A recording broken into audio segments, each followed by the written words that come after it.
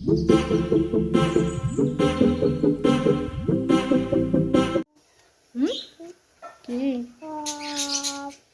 ভয়?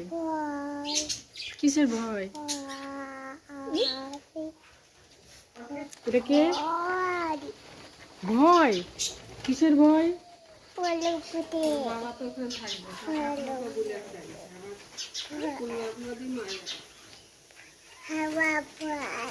হাওয়া ভয়?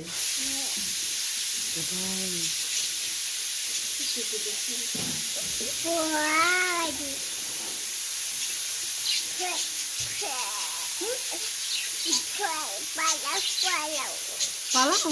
কোথায় পালাবো? ওখানে পালাবো? ভয় লাগছে?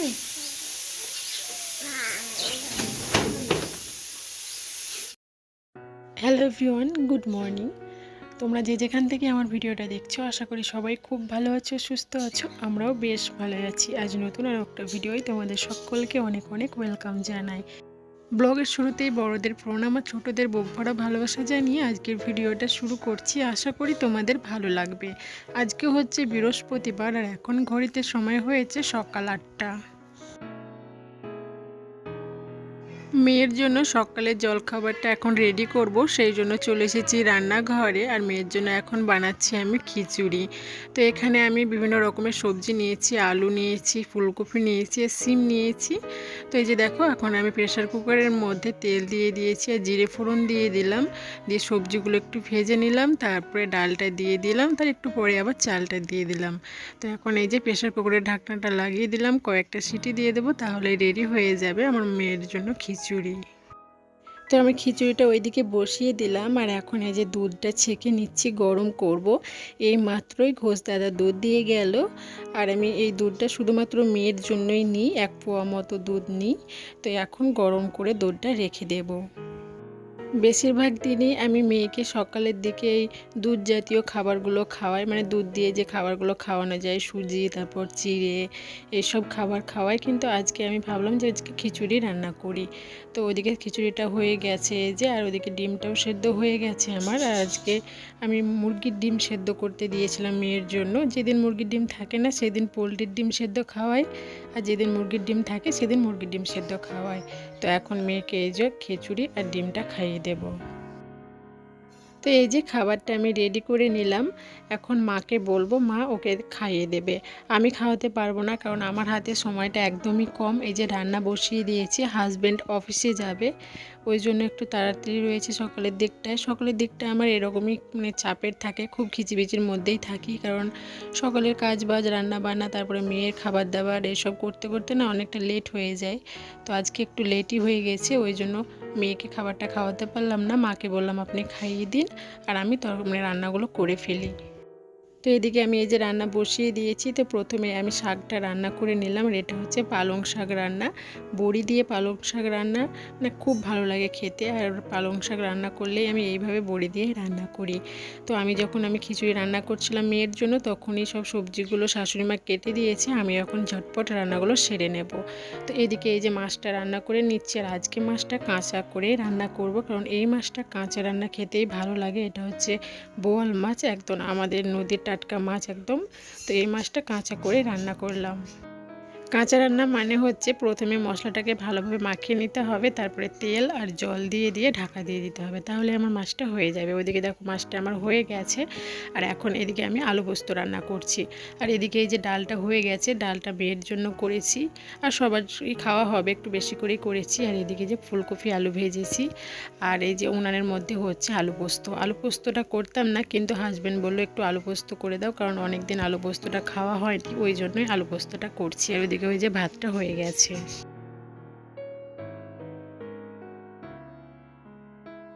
তারপরে এই যে দেখো রান্নাবান্না একদম ঝটপট সেরে নিয়েছি, হাজব্যান্ডকে খেতেও দিয়ে দিয়েছি, আর ও খেয়ে অফিসে বেরিয়েও গেছে। এখন আমি ফ্রি হয়ে গেছি। তো এখন আমি রান্নাঘরটা এবার মুছে নেব, মানে গ্যাস ওভেনটা ভালোভাবে পরিষ্কার করে নিলাম। আর এখন এই যে বেসিনটা পরিষ্কার করে নিচ্ছি। আর এই কলের এই জায়গাটা না একটু মানে ময়লা হয়েছে, মানে শ্যাওলা পড়েছে, অনেক দিন ধরে পরিষ্কার করা হয়নি। যে খুবই শ্যাওলা পড়েছে সেরকমটা নয়, হালকা হয়ে। তো সেটা একটু পরিষ্কার করে নিলাম। আর এই যে এই জিনিসটা পরিষ্কার করে নিলাম, এটা দেখো একদম নতুনের মতো পরিষ্কার হয়ে গেছে, একদম চকচক করছে, একটু শ্যাওলা পড়েছিল। আর এই যে দেখো এই জিনিসটা লাগালে কি হয়, জলটা না ছিটে বাইরে চলে আসে না, একটা জায়গায় গোছ হয়ে জলটা পড়ে। আর বাসন ধোয়ার সময় জল তো একটু ছিটে যায়, তো সেটা হয় না, বেশ ভালোই হয় ওই জিনিসটা লাগালে। তো সেটা আমি সুন্দরভাবে পরিষ্কার করে নিলাম। আর রান্নাঘরের বেসিনটা পরিষ্কার করলাম, তো ভাবলাম যে বাইরের বেসিনটা পরিষ্কার করে নিই। তো এখন আমি বাইরের বেসিনটা সুন্দরভাবে পরিষ্কার করে নিচ্ছি। যে কোনো জিনিসই হোক না কেন একদম পরিষ্কার পরিচ্ছন্ন থাকলে না দেখতে ভীষণই ভালো লাগে, আর মনটাও না সেটা দেখে মনটাও ভালো হয়ে যায়। তো ওদিকে রান্নাবান্না সব কমপ্লিট, ঘরটাও পরিষ্কার করে নিয়েছি। আর কিছু জামা কাপড় ছিল সেগুলো সার্ফ জলে আমি আগে থেকে ভিজিয়ে রেখেছিলাম, সেগুলো এই যে পরিষ্কার করে নিয়েছি। আর এখন চলে এসেছি ছাদে সেগুলোকে মেলে দিতে। আর আজকে বেশ রোদ করেছে, এখন তো শীতের রোদ, একদম হালকা রোদ। দুদিন ধরে তো একদমই হালকা হালকা হয়ে রোদ হচ্ছিল, কিন্তু আজকে একদম সকাল থেকে প্রচণ্ড রোদ করেছে, বেশ ভালো লাগছে এই রোদটাতে।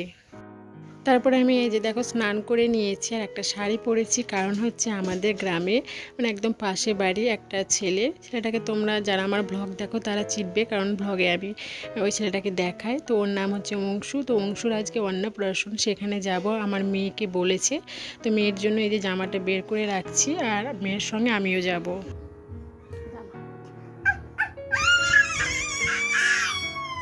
নতুন জামা, নতুন জামা, এসো এখানে, এসো এসো এখানে, এসো। যাবে না তুমি? ঠিক আছে, আমি চলে এসেছি।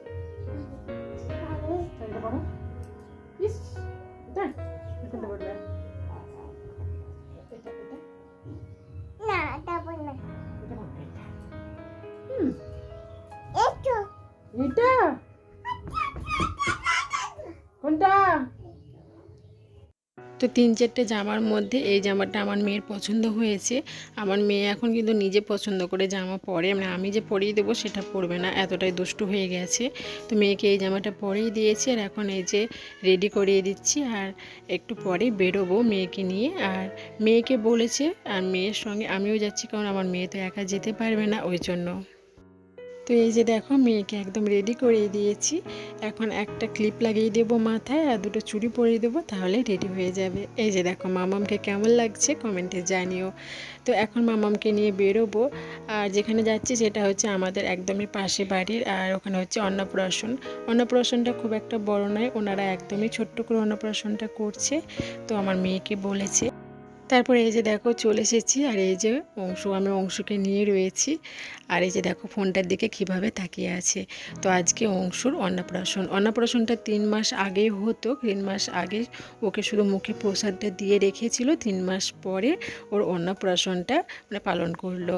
তো আজকে হচ্ছে আমার অংশুর অন্নপ্রাশন। তোমরা যারা ব্লগ দেখো তারা তো একে চিনবেই, কারণ একে আমি মাঝে মধ্যে আমাদের বাড়িতে নিয়ে আসি। আর এই যে দেখো ফোনটা কিভাবে নিচ্ছে, ফোন দেখলে ওকে নিতেই হবে, যে কোনো জিনিস হাতে থাকলে সেটাও নেওয়ার জন্য কান্না করে। তো এদিকে দেখো মেয়েকে নিচে নামিয়ে দিয়েছি, আর অংশুকে নিয়েছি। তো ওকে পাশ থেকে একটা কাকিমা বলছে যে তোমাকে আর নেবে না, তো ও হাসি মুখে বলছে যে আমাকে নেবে।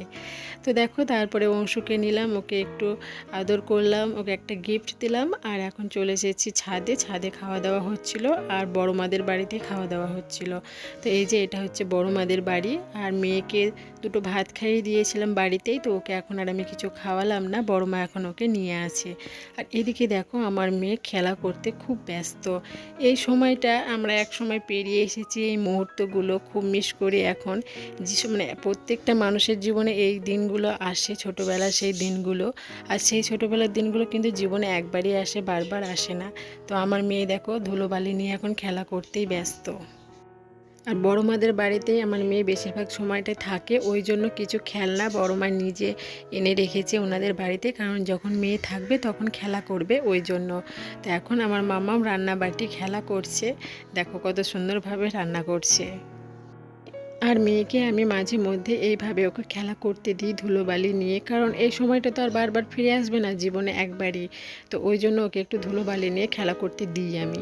তো তারপরে দেখো বাড়ি চলে এসেছি, আর এখন ঘড়িতে সময় হয়েছে সন্ধে ওই 6টা কি 6:30 মতো। মেয়েকে একটু ম্যাগি বানিয়ে দিচ্ছি, মেয়েকে সন্ধ্যাবেলাতে একটু ম্যাগি খাওয়াবো। আর ম্যাগিটা আমি একদমই সিম্পলভাবে রান্না করি, একটু লবণ দিই আর 1 চিমটে মতো ম্যাগির মশলাটা দিই, কারণ ম্যাগির মশলাটা না একটু ঝাল, আর ম্যাগির মশলাটাও কিন্তু খুব খুব একটা বাচ্চাকে খাওয়ানো ঠিক নয়। ওই জন্য আমি 1 চিমটে মতো মশলা দিয়েছি আর একটু লবণ দিয়ে সেদ্ধ করে নিয়েছি ভালো করে। তো এই যে এখন দেখো নিজে হাতেই তুলে তুলে খাচ্ছে। আমি যে খাইয়ে দেব তো আমার হাত থেকে কিছুতেই খাবে না, ও এখন নিজে হাতে মানে খেতে পছন্দ করে, তো নিজে হাতেই খাচ্ছে। এই যে দেখো একা একা কীভাবে ম্যাগি খাচ্ছে নিজে হাতে। তো আমার মেয়ে এখন অনেক কথাই বলতে শিখেছে, তো চলো তোমাদের আমার মেয়ের কিছু কথাগুলো শোনাই। এখানে বসবে? নমকের লেগে যাবে তো। নমকের লেগে যাবে। এখানে বসি, বসো। ঠিক আছে, ছেড়ে দিয়েছি।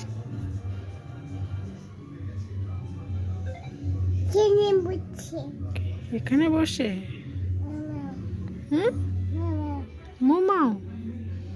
ঠিক আছে, ঠিক আছে, ঘুম পাড়া। মোবাইল এগুলো ভর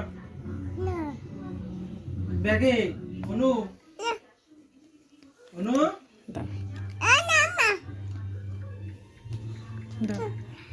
কি করবে?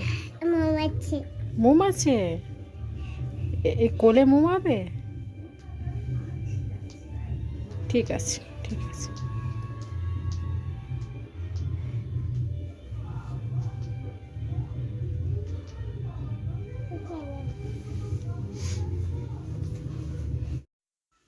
তো এই মূর্তিটা আমার হাজবেন্ড আমাকে এক সময় গিফট করেছিল। তখন আমাদের বিয়ে হয়নি, বিয়ে মানে জাস্ট ঠিক হয়েছিল, কথাবার্তা চলছিল। সেই সময় জন্মদিনে আমাকে গিফট দিয়েছিল এই মূর্তিটা, আর দেখতে ভীষণই সুন্দর। তো এই মূর্তিটা আমি সবসময় নিজের কাছে যত্ন সহকারে রাখি। ঢাকা দেব? ঠিক আছে, ঢাকা দিয়েছি।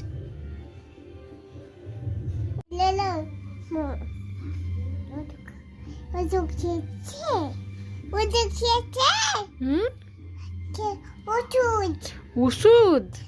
কে ওষুধ খাবে? নমো? নমো ওষুধ খায় না।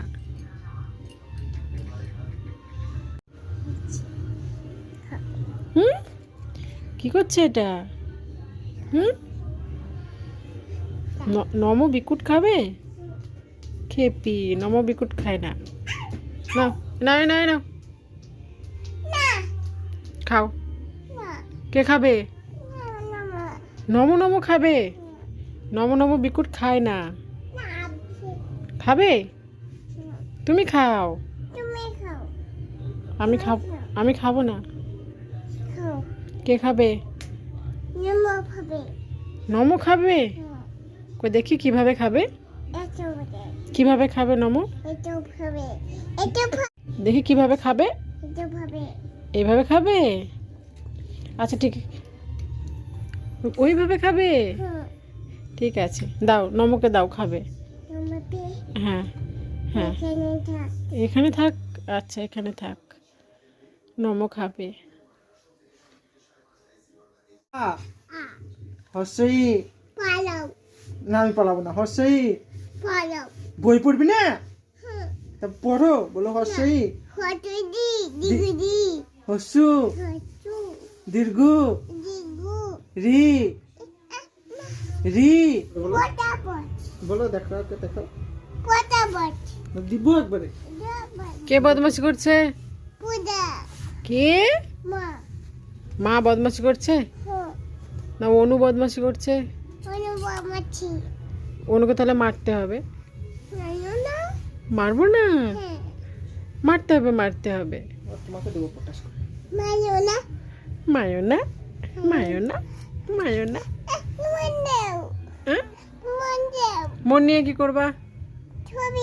ছবি তুলবে? ঠিক আছে, দিচ্ছি দিচ্ছি। পূজা বদমাশি করেছে? কেমন করে বদমাশি করেছে? বউকে দিয়েছো? কেন বকলা? কি করেছে পূজা? ব্যাং দেখেছো তুমি? কুটি অমনি করছিল, ককর কক করছিল ব্যাঙে। কোনখানে মা? কোনখানে ব্যাং আছে?